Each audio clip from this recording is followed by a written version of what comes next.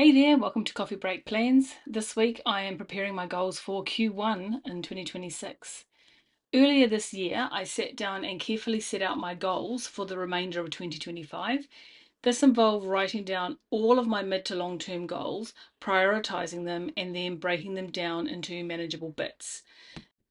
In that time, I've been using some printables that I bought off Etsy, and they were from Analida Designs.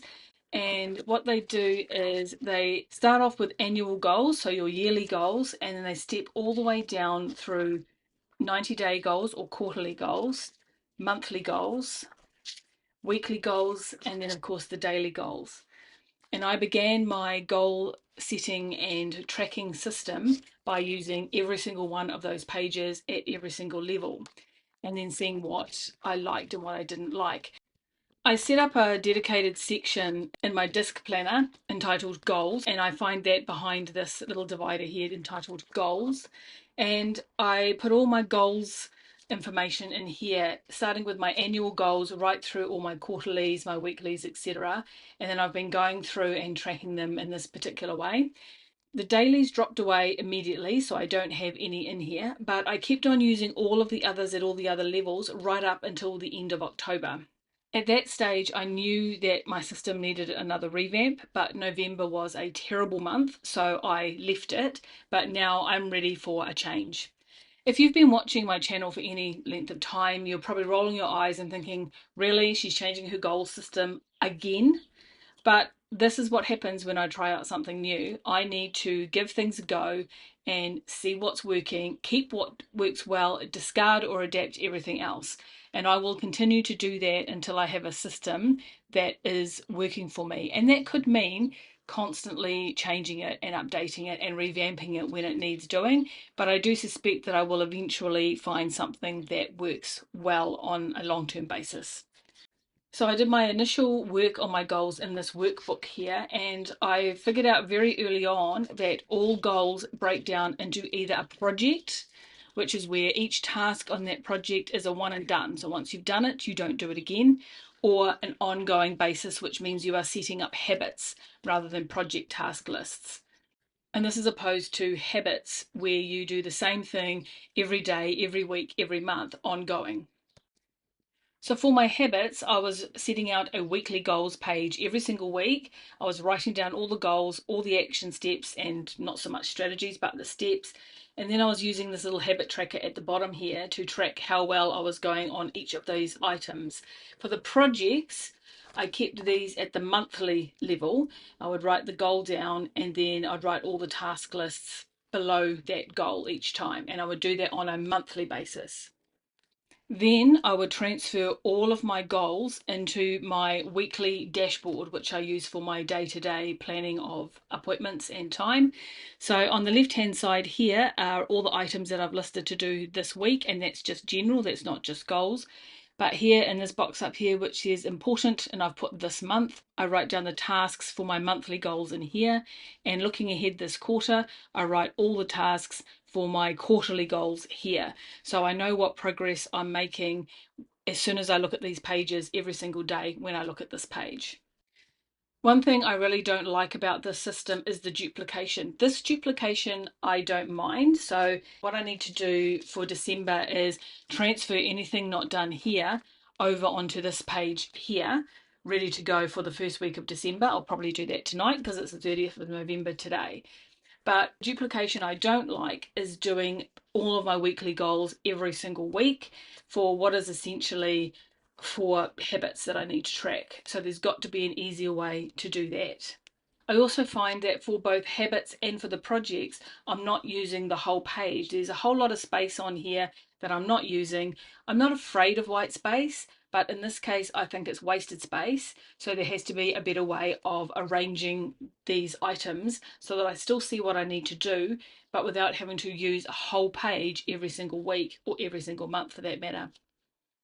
So what I'm going to do is I'm going to write down each goal onto one page of a piece of note paper that will go into my disc planner at the end.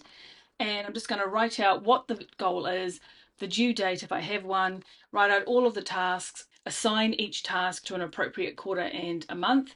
I'll do that for all of my projects, And I'll also do the same thing for my habits. So I'm going to write out the goals, tasks, etc. all on one page for the habits.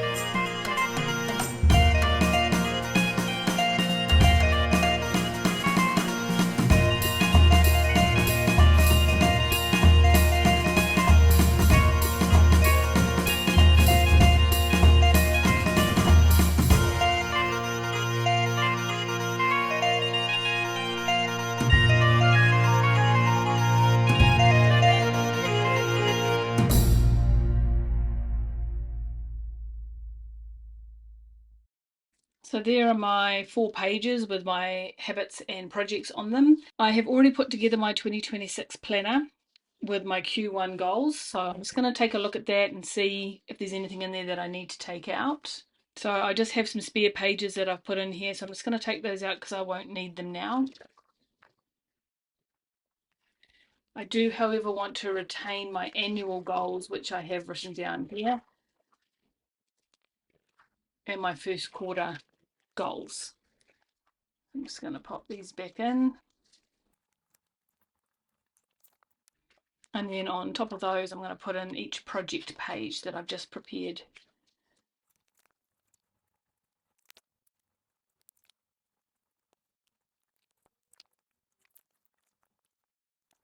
I'll keep any spare pages in this little notebook here just in case I decide to use them again at some future date. So there we are, I'm ready to go with my goals for Q1 in January. I will also go through and set up my dashboards in here with the headings, and I'll transfer any appropriate tasks over to here. But I will do that in my plan with me for January, which I will release at the end of December. So until then, have a great week and I'll see you next time.